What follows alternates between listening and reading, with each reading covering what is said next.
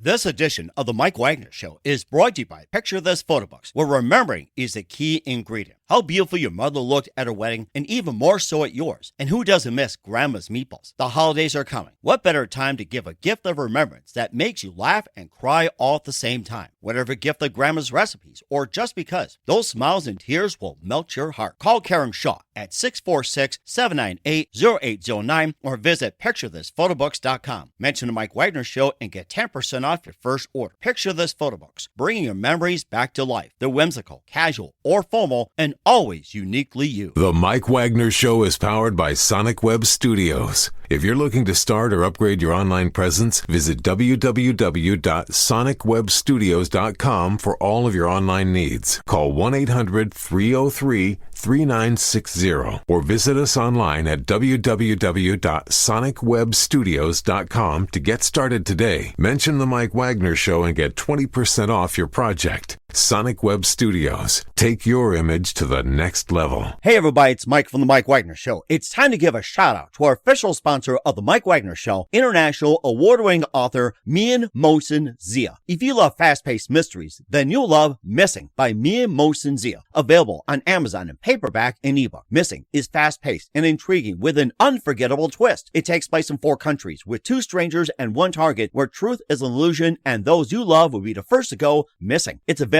in paperback and ebook on Amazon. Missing by Mian Mohsen Zia has garnered great reviews and is even loved by Hollywood celebrities including Joanna Cassidy, Forbes Riley, and many others. So grab your copy today. Order Missing by Mian Mohsen Zia, now available at Amazon.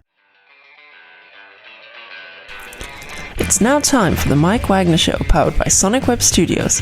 Visit online at sonicwebstudios.com for all your needs. The Mike Wagner Show can be heard on Spreaker, Spotify, iHeartradio, YouTube, iTunes, Anchor FM, Radio Public, and the MikeWagnerShow.com. Mike brings you great guests and interesting people from all across the globe. So sit back, relax, and enjoy another great episode of the Mike Wagner Show.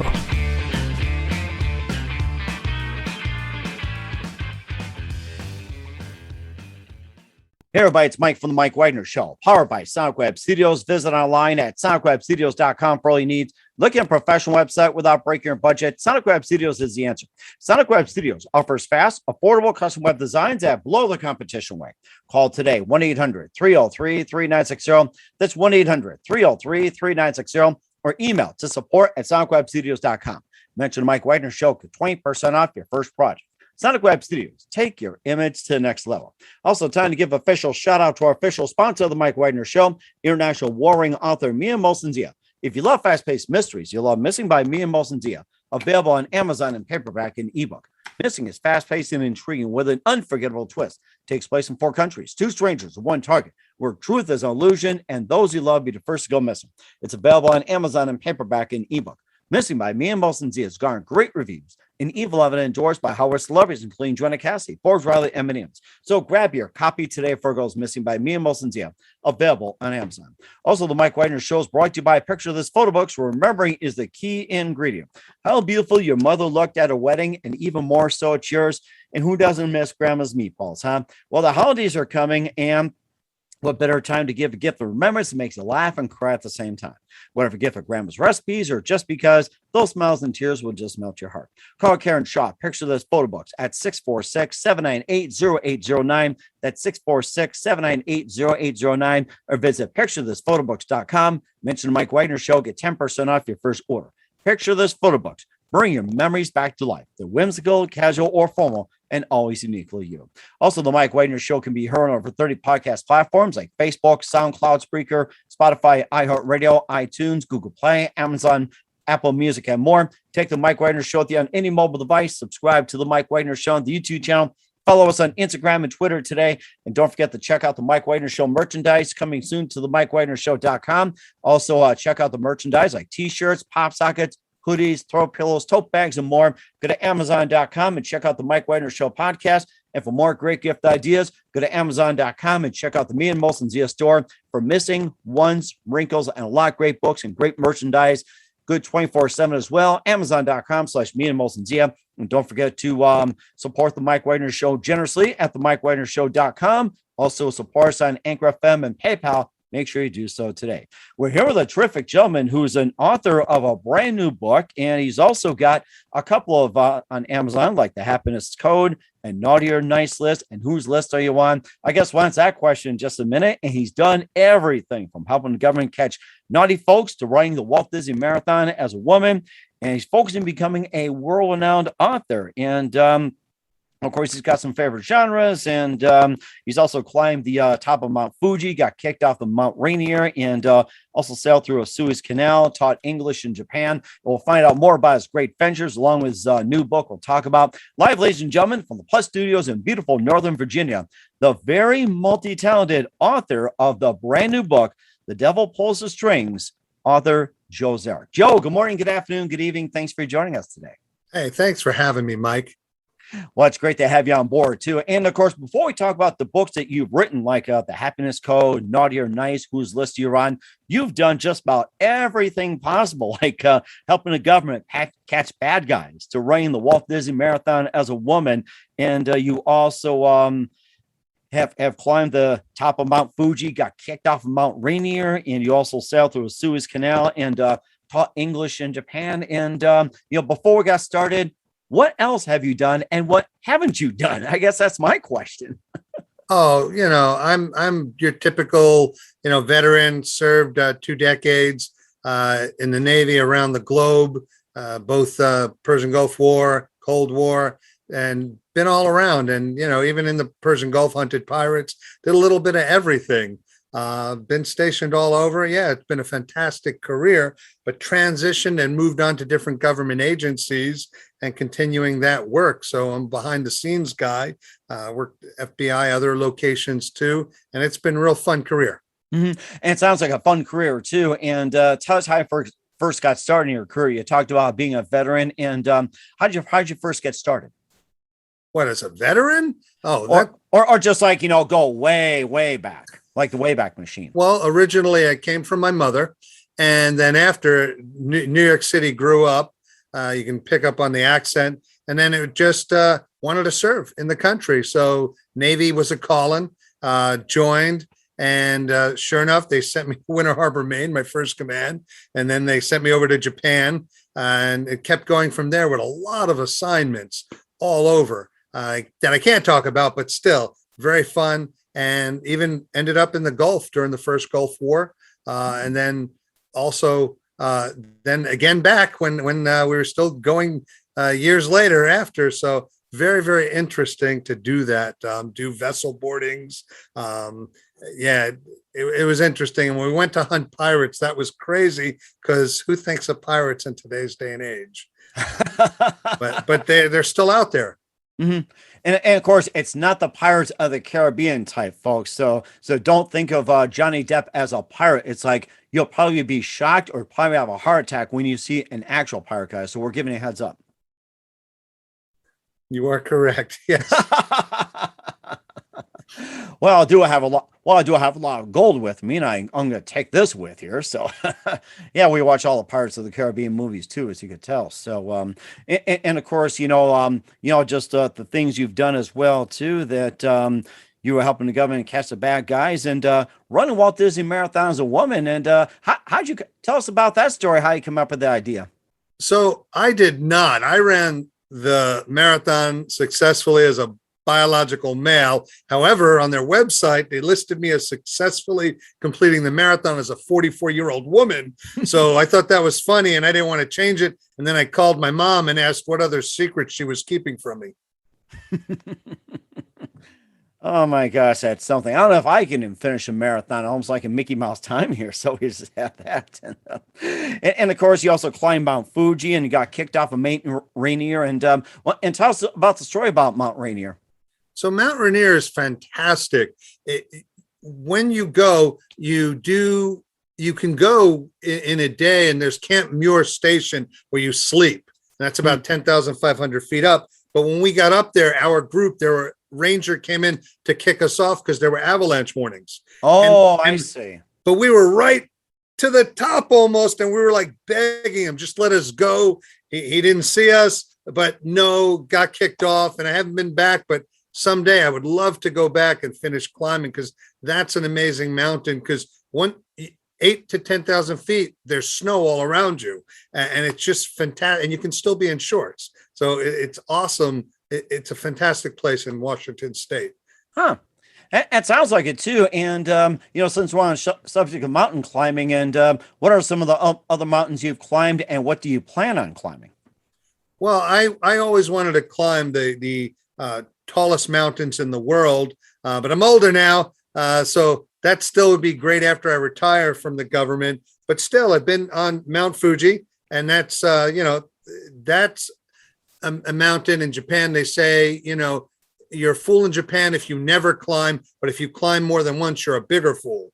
And really? That you get a nice stick and you get stamps. And sure enough, I wanted my stick and I wanted my stamps. And every so many feet, there's another person on the mountain that'll stamp your stick. And when you get to the bottom, you can just buy the stick with all the stamps. I think I'll make that as a souvenir, so I can simply say, "Hey, I did this," although I really didn't. So it makes great souvenirs. So. No, but it's easy enough. I mean, there are older groups, people in their 60s, 70s, and 80s that climb every year, and it's incredible. They're not fast, but they get where they're going. Mm-hmm. Go ahead. I'm sorry, you're on a roll here. So no. I said you can go. People bring mountain bikes and snowboards. So it's amazing when you get up at a certain point, there's places where you can actually take your snowboard and go on this red ash dirt. And if you want a mountain bike, sure, there's that too. And there are races every year where different groups run up for charity. It's an amazing mountain. If you're ever in Japan, it's something that's easy to do. Oh my goodness, and that has to be as well too. And of course, we also mentioned about sailing through a Suez Canal, taught English in Japan, and what are some other ventures that you've done as well too? While you're with the government, your free time, especially before becoming an author. Well, traveling when I was in Japan, it was funny. I fell into teaching English conversation because a friend I worked with said, "Hey, come with me." I'm like, "Okay," and we showed up, and then there I am pronouncing words in English. And the next thing I know, he's like, "Hey, thanks, you're taking over for me." And it's like, and very gracious individuals. And most students are, funny enough, anywhere from 20 to 27, single, living at home, all kind of stories. But in there, I tell you what, that was an amazing experience. I had a 16-year-old Japanese male that I thought he was messing with me because some people mispronounce certain letters, like the R's or the L's, and they mix them around. And in a lesson, we were ordering lemon tea. And people were getting, "I would like to order some lemon tea." And he kept saying, "I would like to order some lemon tea." And I really thought he was messing with me. And he could break the syllables out. But in that, his brain reversed those letters, and everyone else was laughing. And I thought he was messing with me, but that was there. And I had a 94-year-old man. He was crying, very happy because he got to speak his first English in my class. And that was just nice, a heartwarming thing. It does sound heartwarming as well, too. You also, wrote some other books as well, too. We'll talk about The Happiness Code, and we'll also talk about Naughty or Nice in just a few minutes. But first, listen to The Mike Wagner Show at themikewagnershow.com, powered by Sonic Web Studios. Visit online at sonicwebstudios.com for all your needs. Looking at a professional website without breaking your budget? Sonic Web Studios is the answer. Sonic Web Studios offers fast, affordable custom web designs at below the competition rate. Call today, 1-800-303-3960. That's 1-800-303-3960. Or email to support@sonicwebstudios.com. Mention the Mike Wagner Show. Get 20% off your first project. Sonic Web Studios. Take your image to the next level. Also, time to give official shout out to our official sponsor of the Mike Wagner Show, international warring author Mia Molson-Zia. If you love fast-paced mysteries, you'll love Missing by Mia Molson-Zia, available on Amazon in paperback and ebook. Missing is fast-paced and intriguing with an unforgettable twist. Takes place in 4 countries, 2 strangers, 1 target, where truth is an illusion and those you love be the first to go missing. It's available on Amazon in paperback and ebook. Missing by Mia Molson-Zia has garnered great reviews and even loved and enjoyed by Hollywood celebrities, including Joanna Cassidy, Forbes Riley, and many others. So grab your copy today for Girls Missing by Mia Molson-Zia.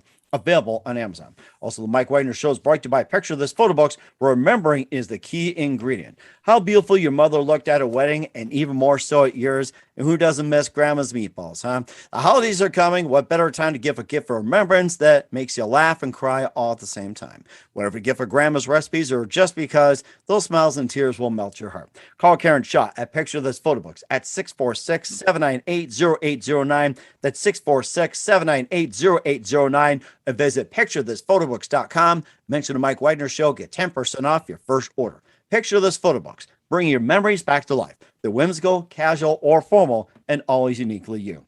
And don't forget to check out the Mike Wagner Show on over 30 podcast platforms. Take the Mike Wagner Show with you on any mobile device. Subscribe to the Mike Wagner Show on the YouTube channel. Follow us on Instagram and Twitter today. And don't forget to check out the Mike Wagner Show merchandise at themikewagnershow.com and also on Amazon.com under the Mike Wagner Show podcast. T-shirts, pop sockets, hoodies, throw pillows, tote bags, and more.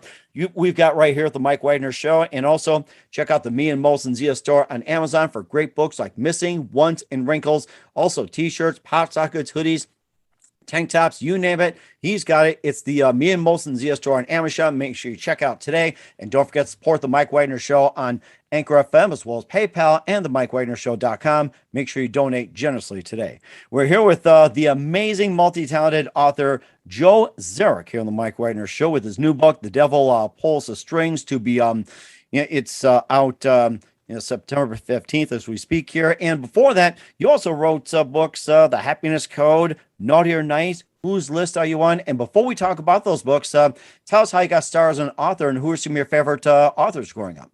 Well, as part of the work I do, a lot of report writing and always have to summarize information so other people reading it know what the heck the case is about. So it just was a natural with research. It just was a natural step to fall in because with my first book, Naughty or Nice, Whose List Are You On? I had to write that book because I feel everybody has the right to be safe and keep themselves safe. And that book I handed out lectures. It's an award-winning book. And that book it shows red flags in relationships because some people, they need one red flag. That's enough. Other people need 10 red flags before they get the message. Wow. But what's really significant is, and Gavin DeBecker, he I believe said, everybody has the right to be safe. And he's an author and speaker that tells you to trust your gut instinct. He's a phenomenal speaker. And in my book, Naughty and Nice, Whose List Are You On? I just wanted people to be aware of these red traits that exist in many people's handwriting, because when you fall in love with that serial killer that you don't know is a serial killer, before you bring them home to meet mom and dad for dinner, you'd like to maybe discover these red traits before you find out you and mom and dad are the main course. Oh, wow. Okay. And of course, you talk about these red flags. What are some of the examples of red flags, especially seeing a person, handwriting, character traits, or anything like that? What are some of the red flags that you highlight in your book? Yeah, exactly. So everybody has personality traits. And in it, ironically, handwriting, that's where when I was in the Navy, I kept seeing things when I'd be putting people through background investigations for all different clearance levels. And I would notice things in the handwriting, shakiness, long drawn out. And I was just curious about it because I kept seeing with the people that had issues and problems, I kept seeing the same malformations of formations in the handwriting. And it turns out, makes sense. Happy people write happy, sad people write sad. And then people that get more dysfunctional, wow, they too have things in their handwriting that just really show off. Like one kid I was interviewing, I asked what prescribed medicine he was on, and he's got shaky and nervous. He's like, well, what do you mean? I said, well, what's in your system is there for 28 days. He's like, you can see that? Yeah, I just need to know what prescribed medicine you're on. You can tell I'm taking marijuana? And I'm like, well, it's what's there. And wow. So doctors just know for as long as they've been prescribing medicine, they may often turn to a patient's handwriting to see how it's changed, to see if they have to lower or adjust their handwriting accordingly. And an example is when you drink alcohol, it's a depressant. So your handwriting naturally gets more sluggish. And then if you're taking a drug that, let's say, speeds up your metabolism, Some people take speed, LSD, cocaine. And the point is now your handwriting becomes erratic in certain patterns. And it's repeating, and all handwriting it's just a snapshot. So if you took a snapshot of a winter scene and showed that to somebody else, everybody could almost tell universally, oh, that is a winter scene.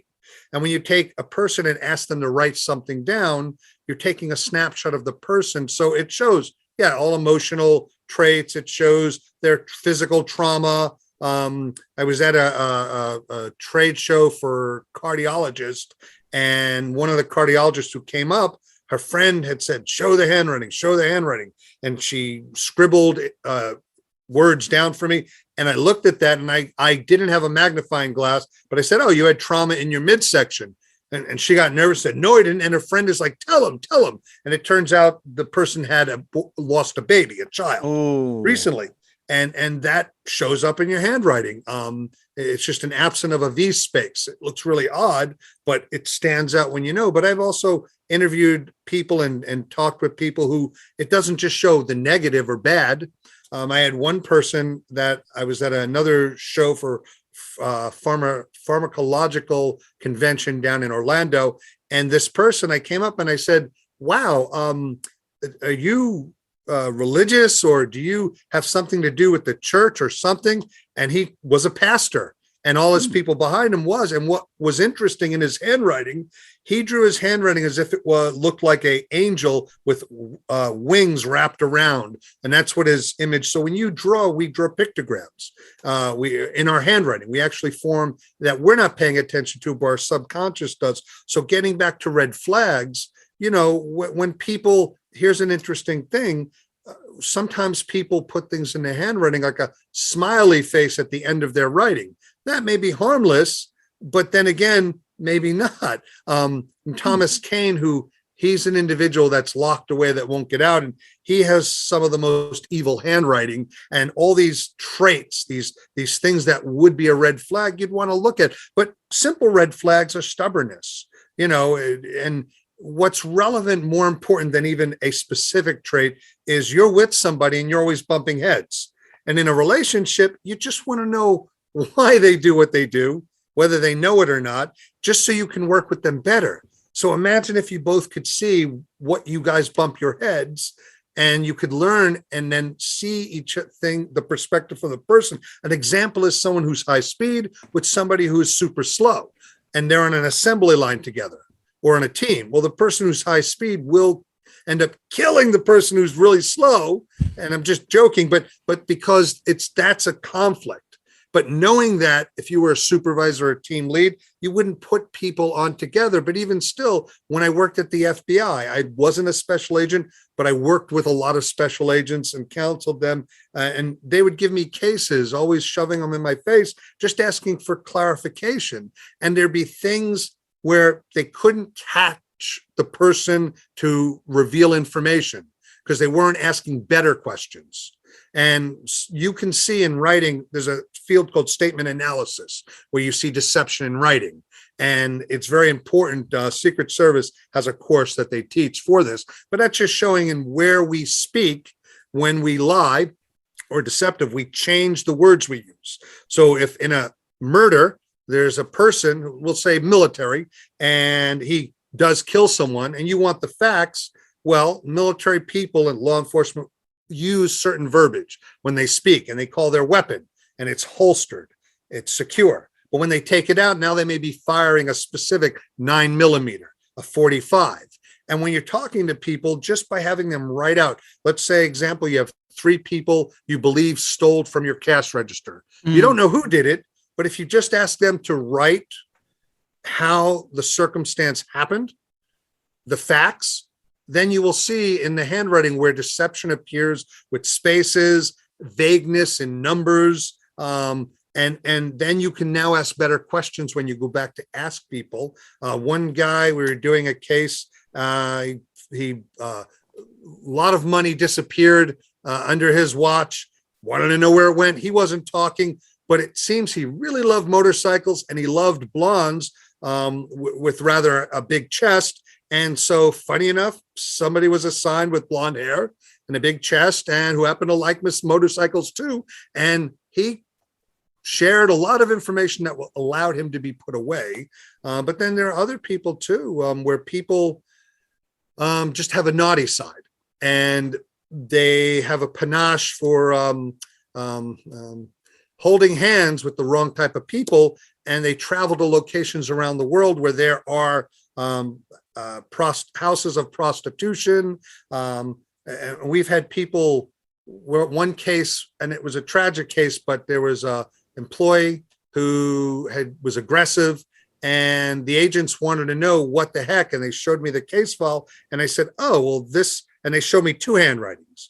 Oh. This person had, well, it was a couple, and the male had punched and kicked the female in the stomach, and it caused her to abort her baby. Oh my gosh. And yeah, that was a tragic story, but funny enough, in the handwriting, it showed that the person had a proclivity for violence, and he had certain buttons, and she was an opposite, like opposites attract, to trigger those reactions. And when I explained these facts, the agents hadn't shared the facts, but I was saying, oh, in these circumstances, this person could be violent and he could strike out. And in this person, they trigger these results. And then the agent told me more of the facts, and they just needed better questions. And it's amazing. Those are the things that handwriting can and do tell. I had a psychologist overhearing a conversation on a plane, funny enough, to a conference in Denver, and she shoved her case file in my face.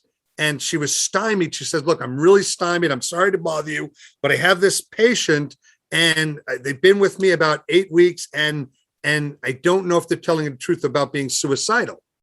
And I had looked at the handwriting, and I said, yeah, they don't believe anything you're saying. You really need to put them on a watch and make sure that they were really insecure. These were the things showing in the handwriting, and to approach. And then I gave a whole, what would be a case history of the person. And the psychologist got like a little angry in her face, and I'm like, what's wrong, doc? And she says, that assessment you just gave, staring at the case and going through the handwriting, took me 8 weeks to arrive at. Really? And so what the benefit is when you see certain triggers. So for examples of happy people writing upward, John Kennedy, president, he had the highest enthusiasm in his hand. And just a quick note for people, and I could do this to you if you want on your show, sure. Analyze your handwriting. Okay. Real simple. You can write on the piece of paper. Okay. Just write this. You ready? Yes. I know. Okay. Said the purple people eater. Okay. Now, do you want this in cursive or in block? Either way, cursive is fine. Okay. Let me see. I'm a warning right now. I'm a pretty sloppy that's okay. handwriter, but I'll go ahead. So I know. Yeah, I know. Said the purple people eater. Said the purple people eater. Okay. You and your silly monkey. You and your silly monkey. Don't go home to the zoo. Don't go home. Oh, don't go home to the zoo. Oh, don't go home to the zoo. Okay. And then sign your name anywhere under there. And then you can hold it up to the screen. I'll keep it nice and social and polite.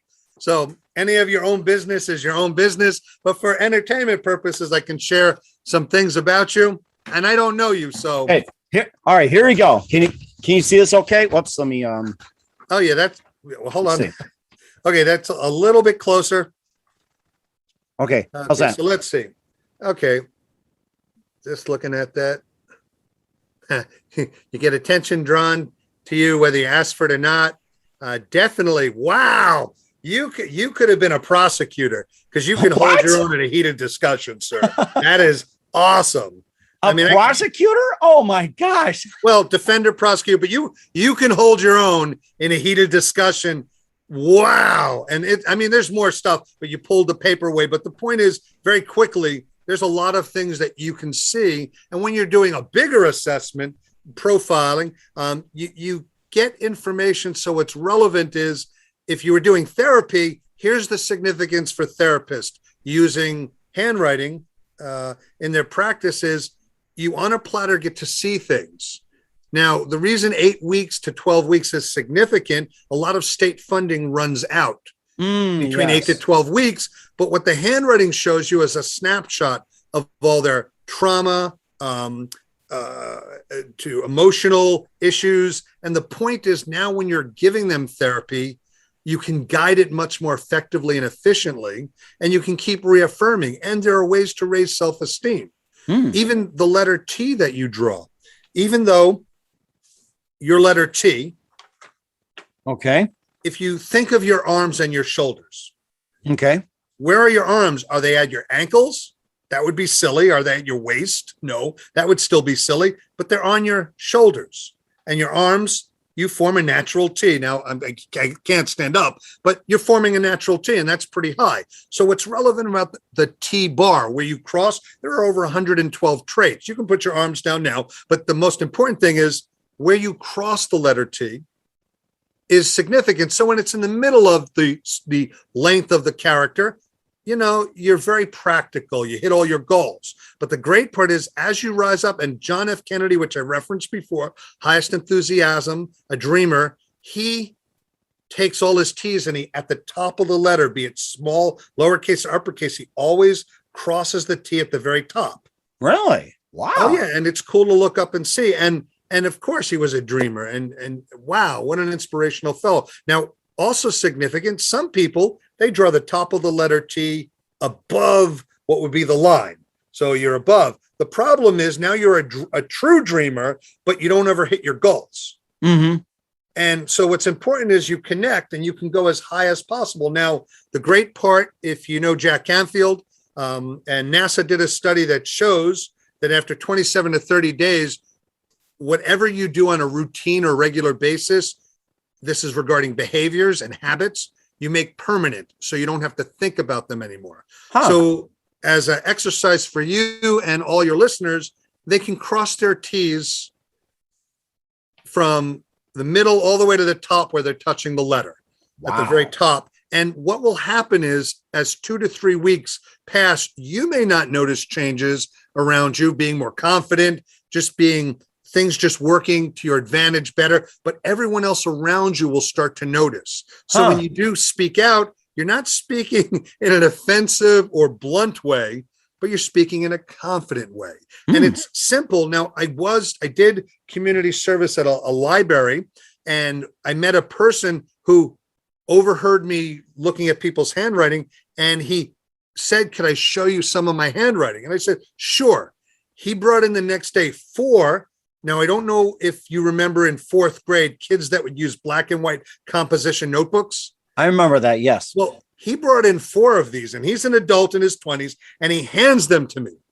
and even though it didn't matter that he has a Muslim background, what was significant is when you look at the handwriting of serial killers, they have a lot of malformations and very specific, I won't say evil traits, but they have a lot of red flags that don't bode well in society. That's why it's good when they're locked up. This person truly was at the pre-stages of being a serial killer. And he also brought in his girlfriend's handwriting. Same. And when he gave me these composition notebooks, I said, "Are you a writer?" "No." "These your journals?" "No." "These your school notebooks?" "No." "What are these?" "Oh, these are just my thoughts." But then what was funny is he wanted me to show him how to be more confident. And I refused to do that. Now, I did give him a contact number for a psychotherapist in his area because I always carry with me, typically, I have 3 numbers of area therapists when I'm traveling through an area, because when I meet people who are suicidal, when I meet people who could benefit from some type of help, I don't call them out on what's wrong with them at all, but I just let them know when people are suicidal, you can actually ask them, you know, do you want to talk about how you're feeling? That's really interesting. Very interesting. All right, we're here with author Joel Zarek here on the Mike Wagner Show, and we're talking. You're back. Okay, we had some technical difficulties here on the Mike Wagner Show. We apologize to our listeners, and Also, the fact that, we were just talking about serial killers and with some of the handwriting and everything. And hopefully a serial killer didn't get in and try to interrupt our recording. So I just hope they didn't break in like that. So like naughty, naughty, naughty. So. But to recap, I don't know where we got cut off, but I did get the individual who he definitely could be a future serial killer. I got him into counseling. But it was scary that he kept coming up to me to hand me his handwriting saying, all right, what do you see now? What do you see now? What do you see now? I mean, literally every 10 to 15 minutes, very obsessive compulsive. And with serial killers, not all of them are the same, but he had definitely an interest and love for harming small animals, lighting fires, doing damage to self and other people. And it was incredible to see all of that in his handwriting. But the one thing that I got cut off, so I don't know if you heard, but I refused to show him how to raise his self-confidence. Like, although I touched upon that on your show to raise the T-bar, I don't want to have confident serial killers running around. Oh, that makes sense. You're right. And I was also thinking about this too before we got cut off. You talk about handwriting analysts and everything else. And do you also offer that as a service too? It's just like when you show me this here and I'm like really surprised. And, this is how I've always written. And my daughter kind of likes write this too. Say your show business and everything like that. And do you also offer handwriting analysis as well? I do, but it's more, I get still folks in law enforcement, different agencies still reach out to me because, again, I'm also a court qualified document examiner in state and federal court. Totally different. That's using forensics and science to look at documents that are manipulated and changed. Doesn't use handwriting at all. It's two different fields. For this, the only benefit is it just clues you in to information. And what you do with that information is what's significant. And when you have a case that you haven't been able to close in 2 years, but now you're given the information that allows you to ask better questions. Now you can ask questions and statement analysis. And also there's certain interrogation techniques when you're interviewing people for passive and more aggressive techniques. You can ask people point blank questions as long as they're worded in a specific frame. Understand, people don't intend to lie. That doesn't mean they'll reveal everything. So what's significant is when you ask a specific question with a specific articulation, now you can actually get information from people because they're not lying. They're staying true to themselves, even though they don't want to tell you they've killed somebody or done something. But that's significant. And when you see that in handwriting, it just allows you to redirect. I had another case where another analyst, she was also a private detective in the West Coast. She sent me handwriting and I was like, what the heck is this? And it was the client knew the person stalking them had been incarcerated, but they had to move 2 previous times because the stalker kept finding them. And in the handwriting, the scariest thing was here was a person in the handwriting that truly was building a shrine to this person. And if they couldn't have them, nobody could. And it was all, and in the images, when you're looking at images, like the letter D, for example, is a letter of personality for your ego. And, the taller it is, hey, it's not that necessarily you have a higher ego. It just means there are certain things when you look at other letters, it now shows a clearer picture. And that's relevant, and how it leans, like to the right, like your handwriting leans to the right. So you could have also been an actor, and Hallmark commercials may make you tear up. And, it's little things like that. You smiled. Thanks for that confirmation. But the most important thing is when you see these things, in this case, this stalker was going to be released. And at first it was a tragic accident that they weren't going to let the person know that the person was being released. But this detective had the information. I'm like, oh, you got to tell her, because if this person has found her 2 times, you don't understand. In the handwriting, a lot of the imagery was phallic, but it also tribute reference to God.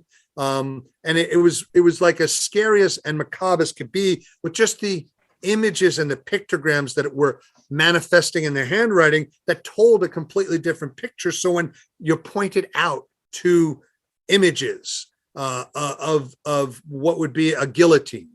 Wow. In handwriting, or there are figures that people are drawing. And in Chinese writing, a lot of that is a pictogram language written where what is the word for car? It actually looks like the front grille, which used to be an ox cart, and you have all these things that can transpose. And in our modern handwriting, even though you learn a handwriting system, you put your own quirks, idiosyncrasies in there. And that's where you now subconsciously just start putting in imagery. And it's significant. Again, it's relevant when you're simply trying to ascertain certain information quickly.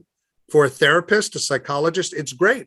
You get on a platter all the emotional issues and turmoil the person's going through to redirect counseling. When you're in a scene, and no, the FBI doesn't use handwriting analysis to find things. It just was a habit I picked up in the Navy.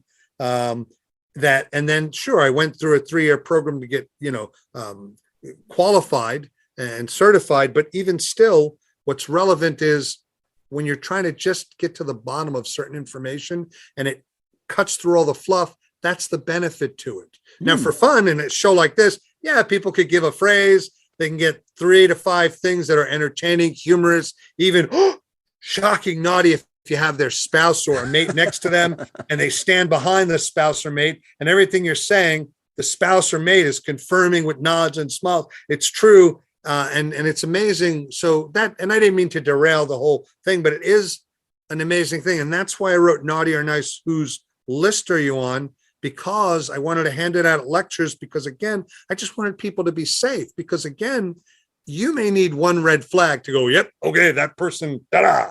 Or you may actually need 10 red flags because you're just not naive, but you know what? You need that validation on that depth before you're willing to commit to say, yes, that person is naughty. Many organizations have what are called golden childs, or people that just, it's not that they walk on water, but they can do no wrong. And we've all known people like that. And even though, wow, there are folks that are just doing the worst of the worst, making their organizations look bad, somehow they just keep, swimming in. It's like, wow. And then when you can no longer hide or cover up their mistakes, and this is people, could be from murderers or people doing big fraud, or just people, they get drunk and run into a lot of people in their car and you can't cover it anymore. Then the organizations are like, oh, that guy's always been trouble. When I was at the FBI, this was an actual case. There was a person who, it was bad enough he kept having alcohol incidents, but he decided to have chicken wings, drink alcohol, and then got stopped with an open container of alcohol by a state trooper. And in his handwriting, it was really significant. And the process, all we do is qualify if a person can have a background investigation and a security clearance, and if they can go through the security process or not. So he passed that, but the bigger trigger was he was going to be an agent in the open public. And because he hadn't gone through a rehabilitation program, the concern was he's just truly a loaded gun going into the public. And even though he cleared security, and I was like, we need to have a policy that at least gets people into counseling. So, all the money we invested in them, hey, we're doing some good. Well, shoot to about 4 months later in the news, there's a person who was assigned to one of the government agencies in DC. They ended up running down while intoxicated, a 14-year-old, and took their life. And we can't take the life back. But the benefit to all this, because I remember the name, and I'm like, I know that name. And I looked up and I was like, oh my God, that was the person I wrote down to say we have to do something, but there wasn't a policy in place. But the best part is, a policy was written when somebody has documented alcohol incidents. They now are mandated to go to counseling. And the best part is that instruction came across my desk and I got to review it and give my thumbs up on that. So that way now people aren't bad. Rehabilitation may be 50% effective in that. I don't know if it's going to be successful for you or not, but with all the money spent, training people, getting them up to be in the public with a weapon. Why not put them through rehabilitation as mandated, just because we want to help people? And even though, no, we can't stop and replace a person's life that was lost, the fact that all moving forward, that happened, and at least, you can get help for people. So handwriting, these are all these things that I used handwriting for all of this. And it helps. Even in the Navy, I helped 4 people who were suicidal get help they needed because I saw things that were look concerning in their handwriting. Wow. And where you have false enthusiasm, where a person writes at an upward angle, but it's an exaggerated upward angle. And sometimes we do that anyway, but there were other things too, where they had many things that had depression, which again, now handwriting is going at a downward angle. And it's not just word to say, oh, that means depression. No, that you look at a lot of things. But when you look at all these things, and self-esteem was really low on that person. I had one person, I was stationed with, and I asked, have you told anybody what you're feeling? And he knew exactly what I meant. And he says, no, but I'd like to talk to someone. And I got him into help, and nice. It was great. And so those are good wins. And that's why I wrote the book, just to hand it out at lectures. And for handwriting, I've done events where I've literally stood for 8 hours and people are coming through, and I'm doing it for, whatever I've been brought in to analyze handwriting for. But it's great that I'm able to help people and on a high speed. But that's, I've moved on where I do that to help agents and other friends, but it's not my main focus now. Writing is. And of course, speaking of writing as well, too. And of course, Naughty or Nice, whose list are you on? It's not Christmas, guys. If in case you're wondering, that's very obvious and made clear by author Jwzarek here on the Mike Wagner Show. This brings us to another book, which is called The Happiness Code. And of course, everybody's looking to be happy. And tell us more about that book. So this is a great thing. Ray Brim, he's a best-selling author. I think he has 11 bestsellers now. He invited me to be one of the co-authors on The Happiness Code. It's a bestseller. It launched March 30th. And the great thing is all the authors write their happiness hacks, all the things that they do that help bring happiness into their own lives. And for I call them happiness hacks, but it's whatever you do, technique, tip that allows you to make your life better. Like really, my first happiness hack, it comes from Buddha, but you make the choice to be happy. And when you make that choice, just to be aware that, I want to be happy. And maybe today you don't know how to be happier, but understand it's important.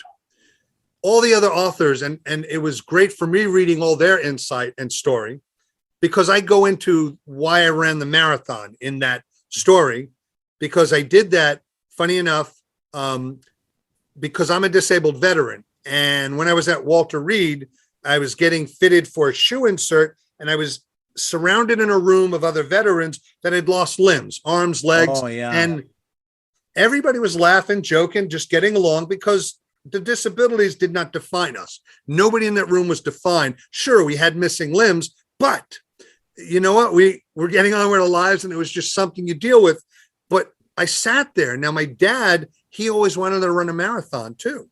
And I made the decision that day that, you know what? Even though, I have a permanent limp, I've been injured in the first Persian Gulf War and almost lost my leg there, and I have permanent paralysis in my right leg. But sitting there in all this room of veterans, I said, you know what? I want to run a marathon for my father and all these men and women, veterans who can no longer run. And that's what got me. And my father, he passed away from lymphoma cancer. And I found Team in Training, which basically many different sporting events, but they will train you for the sporting event you do, and you'll raise money for whatever charity. And for me, it was Leukemia and Lymphoma Society. And I raised like about $4,000. I was happy about that. But in doing that, I biomechanically, no, I have neuropathy, permanent neuropathy in both legs and the feet, flat feet. I have permanent ulcers, all the things that you would not make a runner, even though I used to run. But I made that promise to said, you know what? While I can still walk and run, I'm going to do this for all the men and women who can no longer run. And even when I was training, I had a coach stop me at the Woodrow Wilson Bridge. There was the Mount Vernon Trail, the Mount Vernon Parkway has a 14-mile trail. And running up the Woodrow Wilson Bridge, air pockets form on the nerves, and it's really painful to run at certain angles up. So it slowed me up. But when I came down, the coach actually stopped me running. And he says, you can't continue. You're not going to make the time for the marathon at the Walt Disney World Marathon. You can't do this. And I said, stop, because I physically was fine. It's just the going up a hill, angle or down. I can't help the air pocket forming on the nerve. It's just really painful. And anybody who's ever had air exposed on your nerve, woohoo, it's fun. Oh, yeah. We've been there, done that. Oh, no fun. So when he stopped me and he says, I wipe my hands clean of you. He was a coach for team and training, but he's like, you're going to get injured. You're going to hurt yourself. And I wasn't running for that. I'm not fast. But again, and I finished my run for the day. And sure enough, after the marathon, now, funny enough, at mile 20, because I had never run beyond 20 miles in the training, I was going to stop. My feet were flat. There's a thing called runner's wall. And in runner's wall, your body just gives up. You're exhausted. You can't go on. A team and training coach, I don't know who he was, had an amazing accent, and he ran alongside me. And he says, what's wrong? He says, I said, I think I'm going to stop. And he's like, wait a second, why are you running? And I said, well, for my father and veterans who can no longer run. And he said, keep going. And it gave me the motivation to keep going. And when he turned around, he was gone. So I don't know if he was a guardian angel or what, but that was enough to get me to finish the rest of the marathon. And that coach who had actually put his hands on my shoulders to stop me, he's like, I owe you an apology. You did it. And when I was crossing the finish, when I crossed the finish line, it was like, I looked up and, it was great. And I said, Dad, this is for you. And that gave me a level of happiness that can't be touched. And that's from making the choice to run in a marathon I shouldn't have run in, but I did. And then the next thing is also just using certain phrases. Here's the thing everybody can try. You can try. Questions. We always frame things in the negative. Oh, why am I so fat? Why am I so tall, short, whatever? But you can use questions and phrase them in a positive way to elicit a positive change. So I want you to ask out loud this question. Why am I happy? Why am I happy? Now, on the sides of your lip, they started to turn up. And here's why. Our subconscious takes in information, garbage in, garbage out. It doesn't care what you feed it. Now, most of the times we're feeding negative information, and our subconscious is a great computer. It says, oh, okay, you said this. I will prove you are right. So interesting. Say, why am I happy? What happens is your subconscious, I will prove that. And that's why our smile starts to curl up, because we're not even thinking about it. It's almost an instantaneous reaction. So that's important to use phrases like that. And another phrase that I want you to say is just the phrase, I am enough. It's just a phrase, I am enough. And to add to this, now, if you go longer and you said, well, okay, that's great. You can tape on your bathroom mirror. You can tape on your ceiling where you sleep or someplace you visually see those two phrases. Why am I happy? I am enough. And when you wake up, say it, repeat it, think it, look at it. And right before you go to bed, do that again. Wow, amazing.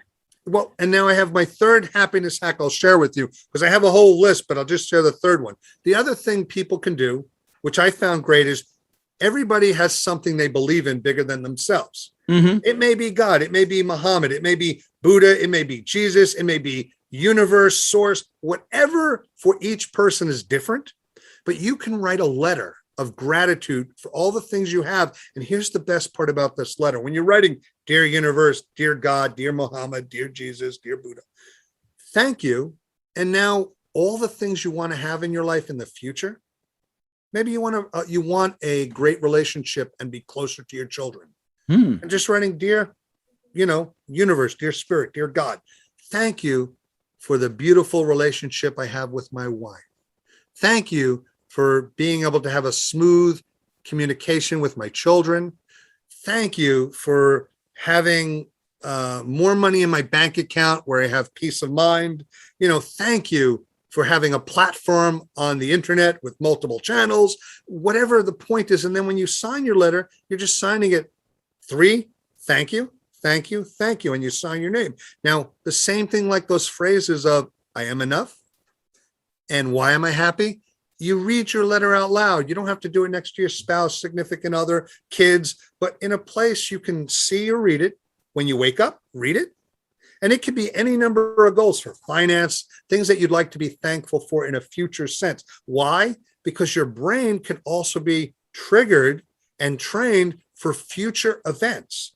So your subconscious will actually want these things to happen for you, all because you said, oh, thank you for the beautiful relationship I have. So for people today who may not have the perfect relationship, someday they'll start to gravitate for that. And here's significance. So when you read that letter, when you wake up, before you go to bed, you do it for 30 days, because as I mentioned about behaviors and habits, 27 to 30 days before they become locked in and you don't have to think about them anymore. That letter, and this isn't my technique, this you can find thousands of web pages of people talking of this technique. But what's relevant is after 30 days, you put it away, forget about it. And then what happens is just start to be aware of the things that are happening and manifesting in your life, that the things you said you were grateful for and appreciative for. And even though they may not be true today, that you have $1 million or you can play a guitar or whatever, everybody has different levels. Because here's the thing about happiness. Yes, some people are happy with the promotion they get. Some people are happy with the supermodel spouse they are married with, or the prestigious apartment, or whatever the temporary thing they lock on, but it's not a permanent happiness. And happiness is different to everybody. But what is significant of the things that do make you happy, and you can think back to a time when you were younger and what made you happiest, and you can relive that today. And even here's another thing, just one more thing I'll talk about for this book. Interesting enough, when we have trauma, we don't want to remember it. We don't want to relive it. However, you can do things to make it easier to deal with. An example is, I'm just going to have you think of something that was sad, traumatic in your past. And once you have that memory, whatever it is, now, do you have a memory or a thought? Yes, I do. So now I want you to replay that memory, but also play circus music while you're playing that memory. Now, even though it doesn't erase the fact that there was some significant event that you went through, all you've done is now you've played circus music, which is very non-threatening. It elicits a romantic, there are many things that elicits the circus music does. And when you combine that now with this traumatic memory, it's not as intense. Wow, amazing. Well, it's so many things about the brain is phenomenal and amazing that you can do ready stuff. But just the I am enough on a mirror, reading that every day is the most powerful gift, and the choice to be happy and all the things I've shared about happiness. The other authors also share their happiness hacks. So that's what's amazing. And I thank Ray Brem for inviting me to co-author that book with him and other authors, because everybody had phenomenal things that they share that they do from all exercises, all things. Oh my gosh, that's so amazing. I learned a lot from you, Joe. I mean, you're just absolutely terrific. It's like, I love when people analyze my handwriting. You did such a great job. And where can we find Naughty or Nice? Whose list are you on? And the Happiness Code at? Where can we find those books? So Naughty or Nice, whose list are you on, gets handed out at lectures. So when I'm doing lectures on behaviors, red flags, sure, I hand it out because people are typically paying a fee to go to the lecture. But, I'm also happy to share. People can contact me for the Happiness Code. That's on Amazon. There's print, there's ebook, easy to find. Just search Happiness Code. You can search my name, Ray Brem's name. I apologize. I haven't memorized all the other authors' names. It's okay. but it's still easy enough to find. And it is a great read, because there's always something. And the best part is, this is what all of these authors found that works to give them and bring them happiness in their lives. And even though 100% of everything in the book may not be what it is that you gravitate to or like, what is relevant is there will be one or more happiness hacks and techniques that people are using that you go, oh, I can try that.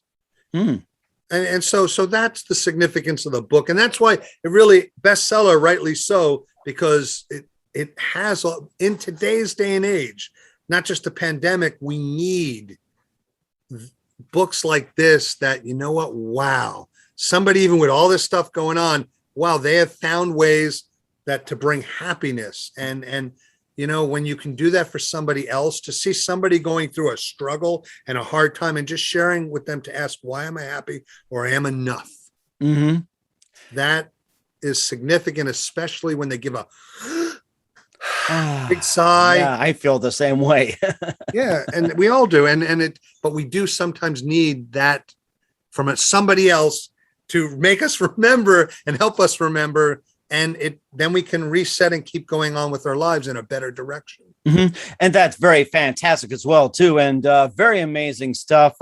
We'll talk about your book, The Devil Pulls the Strings, in just a minute. You listen to The Mike Wagner Show at themikewagnershow.com, powered by Sonic Web Studios. Visit online at sonicwebstudios.com for all your needs. Also brought to you by our official sponsor of The Mike Wagner Show, international warring author Mia Molson's The of Missing, available on Amazon and paperback and ebook. Also brought to you by Picture This Photo Books, where remembering is a key ingredient. Call Karen Shaw at 646-798-0809 or visit picturethisphotoBooks.com. Mention the Mike Wagner Show. Get 10% off your first order. We'll be back with author Zarek of The Devil Pulls the Strings after this timeout. This edition of the Mike Wagner Show is brought to you by Picture This Photo Books, where remembering is the key ingredient. How beautiful your mother looked at her wedding, and even more so at yours. And who doesn't miss Grandma's meatballs? The holidays are coming. What better time to give a gift of remembrance that makes you laugh and cry all at the same time? Whatever gift of Grandma's recipes, or just because, those smiles and tears will melt your heart. Call Karen Shaw at 646-798-0809 or visit picturethisphotoBooks.com. Mention the Mike Wagner Show and get 10% off your first order. Picture This Photo Books, bringing your memories back to life. They're whimsical, casual, or formal, and always uniquely you. Hey everybody, my name is Forbes Riley, and I'm an American actress and a TV host.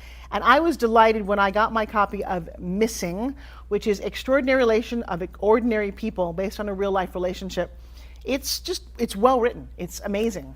It talks about a man who has lost his wife and his daughter, and it's very well done. I'm going to highly recommend that you go get your copy of Missing. It is a powerful, exciting read. Mr. Mian Moshe Zia. He is the author of Missing. And I want to give a big shout out and a kiss all the way halfway around the world to my dear friend. Check him out at Mia's website. It's called www.miamotionzea.com. Missing, available on Amazon. Again, I'm Forbes Riley, and I will see you again soon. Bye-bye. The Mike Wagner Show is powered by Sonic Web Studios. If you're looking to start or upgrade your online presence, visit www.sonicwebstudios.com for all of your online needs. Call 1-800-303-3960 or visit us online at www.sonicwebstudios.com to get started today. Mention the Mike Wagner Show and get 20% off your project. Sonic Web Studios. Take your image to the next level. Hey, this is Ray Powers. And if there's one thing you can count on in these unpredictable times, it's that you're in good hands getting some great radio, courtesy of The Mike Wagner Show.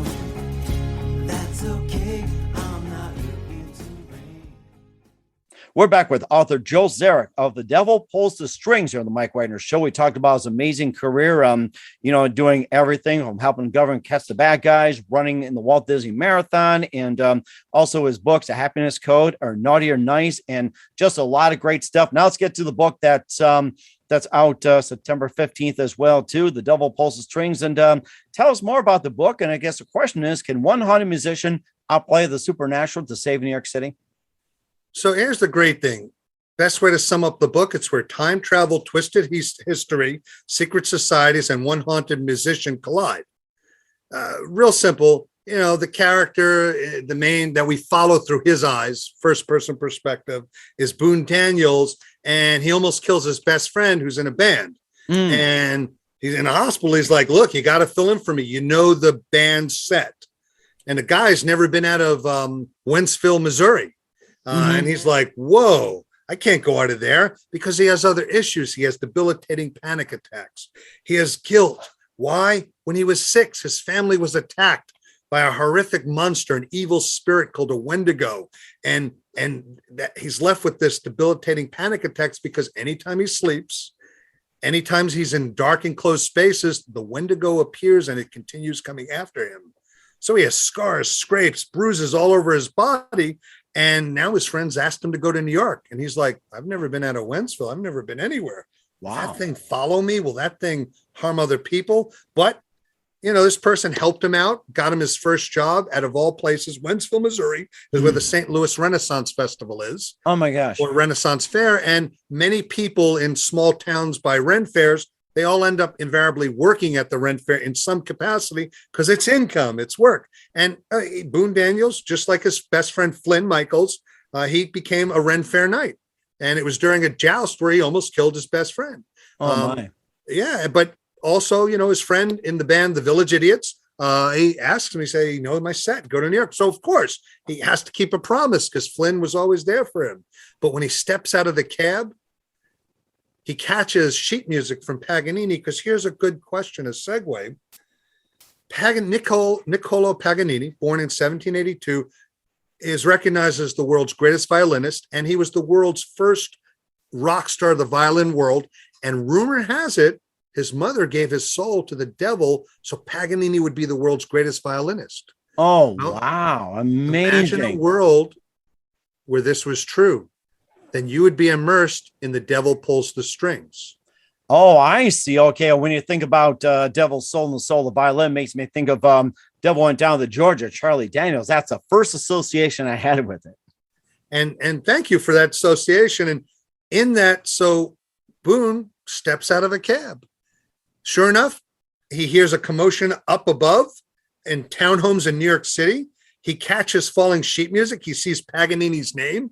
And then this beautiful girl holding a violin case with her head buried in a cell phone barrels into him. Next thing you know, all of a sudden, the contact he's supposed to meet, Professor Stone, his body smashes into the pavement next to them. Oh my God. And then men with guns appear in Professor Stone's doorway. They start firing at Boone and the girl, saying, get the music. Boone grabs the girl's hand, escapes, and then he finds himself on this wild ride through time to find what he discovers, a sinister scheme to use Paganini's music to summon the devil. So Boone, he gets, on this wild ride of all things through time to try and find this cursed music because he wants to stop this whole big thing from happening. And in it, he discovers there are two secret societies fighting each other. And they're all basically, everybody Boone meets is trying to use him all for the summoning ceremony for their own purposes. And he has to deal with that. So when he accidentally falls in a portal back to 1813 Genoa, Italy, he still now has to figure out how to get back to modern time, to say modern New York City, because one bad group, if they attempt to summon the devil, it might destroy New York City. Oh my goodness. Wow. Yeah. And it's even more than that. But that's in a nutshell what it is. And all Boone's just trying to keep his promise to his friend Flynn he almost killed. And so throwing all this, you have the secret societies. You have a crazed immortal that also is in the mix, and even the mother of all witches, Baba Yaga. So oh my gosh, all these things are thrown in, and it's not a story that stops to smell the roses. It reads and plays just like a movie on the big screen or a TV screen. A lot of action, just things going on, and the characters, yes, are well developed. From the love interest to all the helper mentors to the different characters Boone meets. And from reviews, the book has already won a Literary Titan Award. Oh, wow. And it's gotten 5-star awards from Clarion, from Chanticleer, Literary Titans, and Book Viral. And it's also gotten almost 40 other reviews from different sources that all give varying reviews, but the greatest thing were people who said it was just like I was there following the characters, loved the banter between, the protagonist Boone and the love interest Sapphire, and just seeing their banter and sarcasm, because for this character, he has 3 days before all of this happens. So he's on a wild ride himself because he's a small town musician. And oh my gosh, coming up against the secret societies, which he's never heard of secret societies. He couldn't believe any of this fantastical world. And it's just nonstop. So for people who, again, love time travel, twisted history, and when secret societies collide, they're going to love this book. And it really is. Ironically, I wrote it as an epic fantasy adventure. 2 reviewers classified it as an urban fantasy because it ticks all the marks of urban fantasy, and that's fine. I'm okay with that. But it's still, I wanted to honor the hero's journey. I grew up on books. I don't know what books you grew up when you were reading when you were young, but did you ever read J.R. Tolkien or any big fantasy? See, and I did too. Lord of the Rings, and there was also The Hobbit, and I think there's another along those lines, Lion, Witch, and the Wardrobe. Yeah. C.S. Lewis, one of my favorites. Amazing. Yeah. So with that, in this book, I had to write it, and it's my first fiction. The other books are nonfiction, but in this one, I wanted to honor the hero's journey. But I grew up on bedtime stories with Slavic mythology and, funny enough, tales of the mother of all witches, Baba Yaga. And one thing I wanted to do was the hero's journey, but also infuse Slavic mythology and the many faces of Baba Yaga, because what is seen most often in movies, books, video games is a 2-dimensional figure of Baba Yaga. And that's fine. But she's so much more than that, because in all the stories, when you go throughout many cultures around the globe and world, not just Hansel and Gretel as being a start to a Baba Yaga story, but all these cultures have Yaga in the name with an old woman, being an old crone, or a babushka, an old village woman. And Baba Yaga, she can be seen, yes, as she is, or as a trio of sisters, or any number of supernatural beings. But she controls the weather, and she can help the hero. She can be an antagonist, a mentor, a helper. And even if the hero completes the quest, yes, she may eat him at the end. But the point is, she's many faces. And to infuse that, and the reason why it works is, again, all the old stories, bedtime stories, myths that we grew up on, all taught moral lessons. And and my book really is about hope, because that's the biggest message I want to give to people, because all the characters are dysfunctional in this story. All of them have issues. The main character, he has debilitating panic attacks. No. And when he's in close spaces, these happen, and then the Wendigo appears. So he has to deal with that. And then he almost killed his best friend. So all that guilt that's inside of him, and his parents disappearing when he was 6. But then even the love interest wants to get her father's love, and she is in an annual Paganini competition. So Paganini, in his music, in this story, imagine in this story, you have to combine 3 of Paganini's songs to reveal a secret song. And in the audiobook, I found Oleg Bezuglov, a world-class violinist, and Vladimir Gapontsev, a world-class guitarist. Now, I had for the audiobook them create the snippets of Paganini's music. Now, he's over 160 years since Paganini's been around, so there's no copyright issues. But I had them do both the violin version, because the love interest plays the violin, and Boone Daniels plays the guitar and electric guitar. So they did the snippets for the music, but they also did the secret sonata.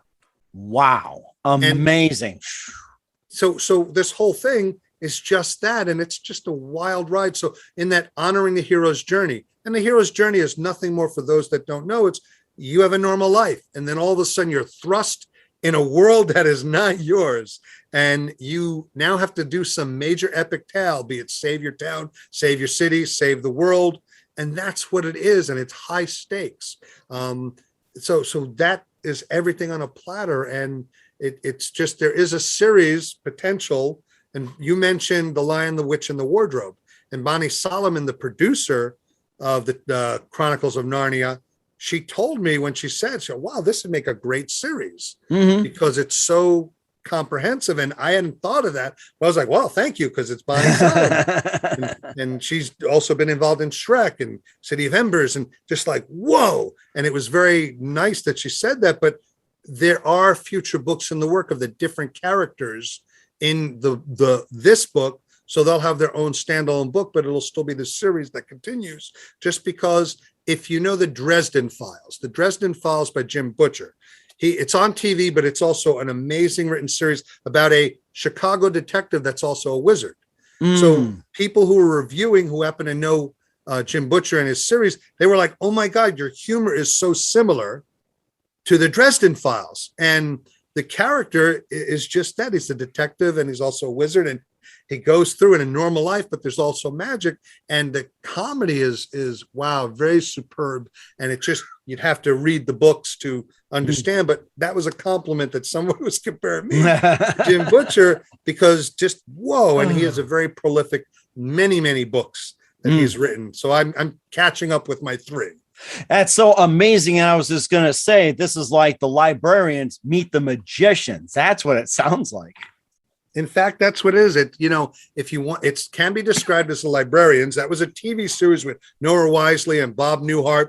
And in it, they were a good secret society, just safeguarding magical items. And funny enough, the good secret society in my book, that's what they're doing too. And they're not at the Historical Society, but they're in New York. And so is the bad secret society. And that's, what is the Lavender and Roses Good Secret Society. The bad secret society, Dragons and Nymphs. And it's just, they are always at wit's ends and always coming to blows and always basically interfering with each other. And you see that throughout the whole novel, and they're using Boone. So it's the main character. So it's interesting how you just read it. It's a good read, and it's just for what people want. Now, of course, if you like all the fluff and the expanded content, this book, I wrote it to be a fast-moving wild ride that doesn't stop. And there are some slow chapters on purpose, but you understand after you read it. Mm-hmm. It picks up in the end. And where can we find The Devil Pulls the Strings at, Joe? You can find it for pre-sales for the ebook on Amazon, Ingram Sparks, Barnes & Noble. And then on the 15th, it goes where you can actually get the print and ebook then. Right now, it's just pre-orders. Audiobook is still in production, and I believe it was supposed to be done today. Kurt Bonham is the narrator. He does 30 voices. He's phenomenal. He had, before my book, he had over 87 books on Audibles, and he's a phenomenal. He's like, what doesn't he do? He does everything: acting, producing, voiceovers. He's been in movies. So I was very lucky to get him to narrate. And just like all the people, the book, the audiobook's being done by Proteo Voices, and they just finished. The sound engineer was incorporating music. So as soon as that's finished, I can then put that on Audible and other locations for people to get the prologue that they can hear as a sample chapter. But for the physical book, and there's also a graphic novel we didn't talk about, but I wanted to have the print, the ebook, the hard print, the audiobook, and also a graphic novel, because different audiences gravitate to different mediums. And funny enough, I kept getting told this is great for a young audience, even though I wrote it for an adult audience, because there are people dying in the book. It's not intended per se, but because so many people told me these were the kind of books they read when they were 12, 13, I can't discount. I'm like, okay, great. I'm glad I wasn't open to that, because a contact is going splat. The body is crashing in front of you. And in the graphic novel, it's rather graphic. So I would not give that to kids to read, but the story itself is good enough for that. And many individuals will love it.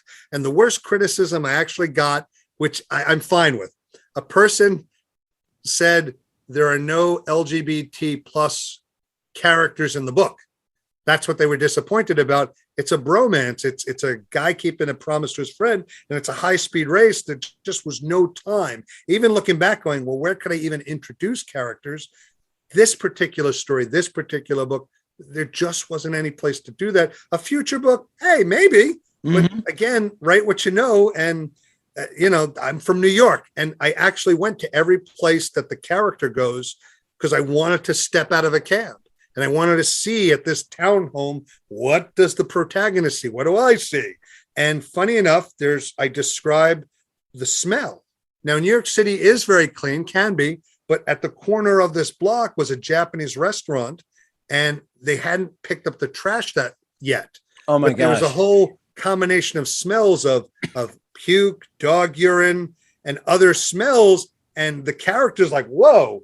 And out at the front steps where he sees lavender and roses, because that's one of the societies.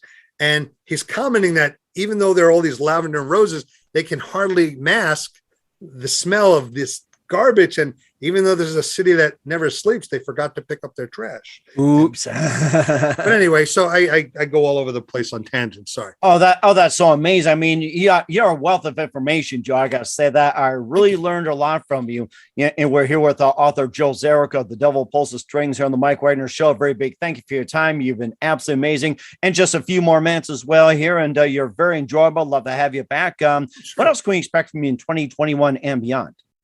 Well, again, the getting the book for audiobook is significant. The graphic novel, hey, I'm just going to say for all you authors out there that want to do a graphic novel, if you're an American, it's okay to stick with American companies because you may encounter a language barrier.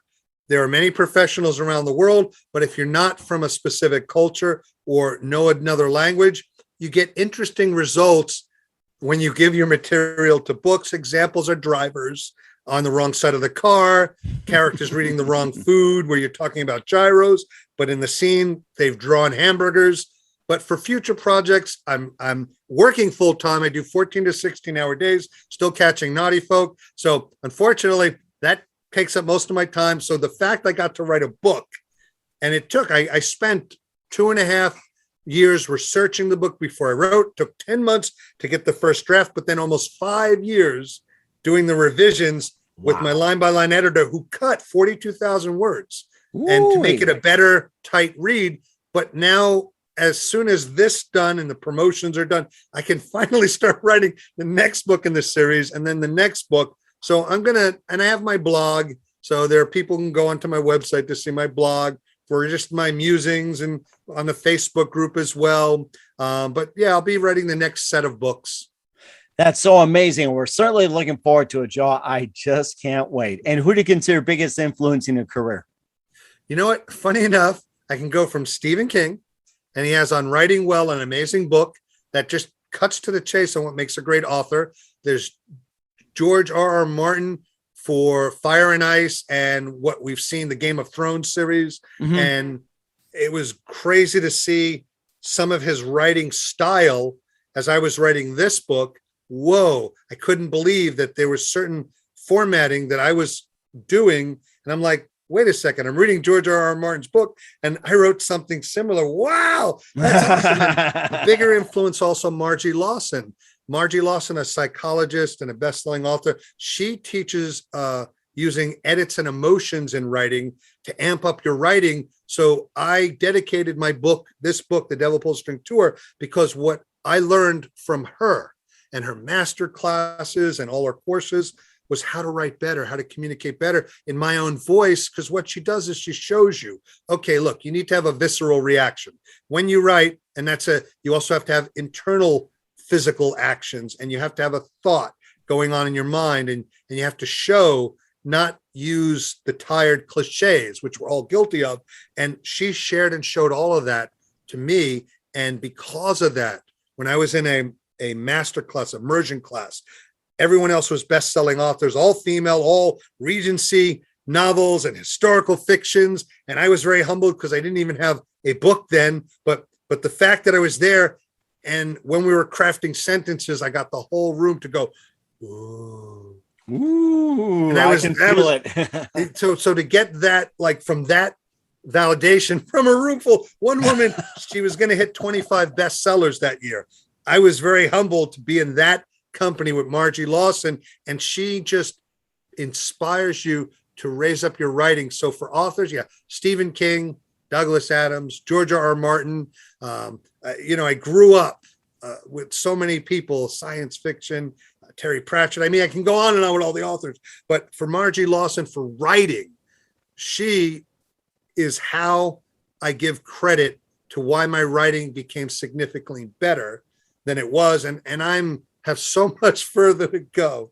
It's a very humbling experience when you write and you never stop learning. So for all the authors out there, just, yes, take classes, find mentors, find writing groups, find beta readers if you can't afford editors. Yes, use editors if you can and can budget for them. But goodness, get out there and then don't just publish your stuff. Let somebody else see it.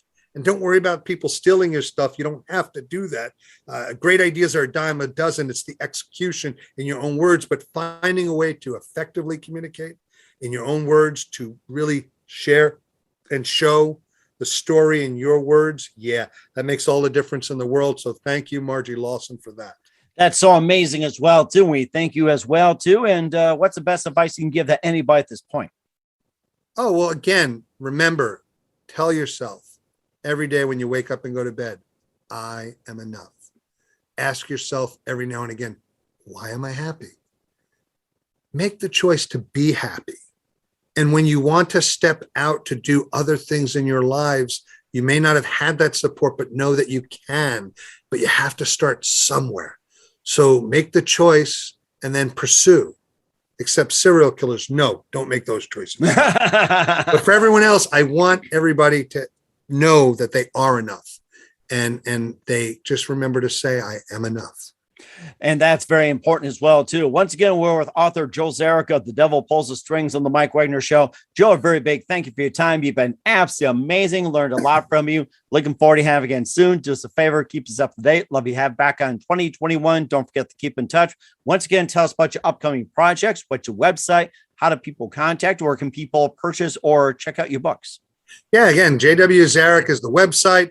There are links. You can go to Amazon, any of the Amazon pages around the globe, any other country, Barnes & Noble, Ingram Sparks, and if you run into problems, you can contact me right on my website.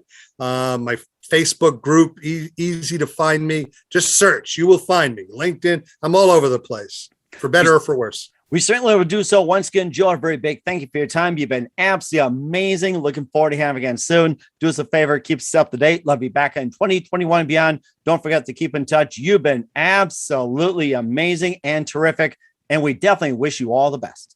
Thank you, Mike Wagner. Picture this photo books, where remembering is the key ingredient. Preserving memories, keeping the memories of your loved ones alive, as they reach in and touch your heart. How beautiful your mother looked at her wedding, and even more so at yours. The holidays are coming. What better time to give a gift of remembrance that makes you laugh and cry all at the same time? Whether it's a gift of past holidays, grandma's recipes, long ago moments, or just because. Those smiles and tears will melt your heart. Call Karen Shaw at 646-798-0809. Once again, that's 646-798-0809. Or visit picturethisphotobooks.com.